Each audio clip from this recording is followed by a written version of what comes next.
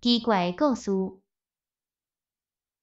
古早，伫乌孙北部住一户老实人，姓 Swatters。Swatters 因兜的人有 John Swatters、因某、伊家己、因5岁的查某囝，甲囡仔因爸母。伫户口调查的时，算6个伫本市人口，毋过事实简单有3个人。一暗，食饱了，迄个查某囡仔腹肚甲疼。John Swatters 赶紧入城去买药仔，伊就安尼无阁转来。查某囡仔无代志，后来大汉啊，迄个老母因为因翁失踪，非常伤心。后来，伊阁嫁别人，搬去 San Antonio。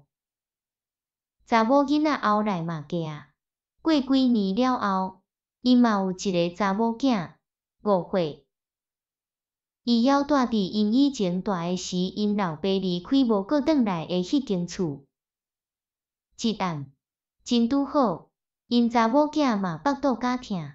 这是John Swatters失踪的周年日，准伊有伫咧，伊就是即个查某囡仔的阿公。我入城去买药仔。因翁安尼讲。袂使，John，你毋好去。因某应伊，你嘛有可能会失踪，袂记得转来。所以 John Smith 无去，因只是坐伫查某囝偏子的床边。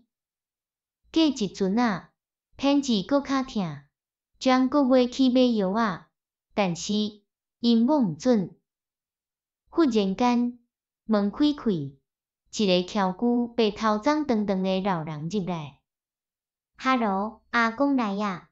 偏子讲，伊从大声认出来。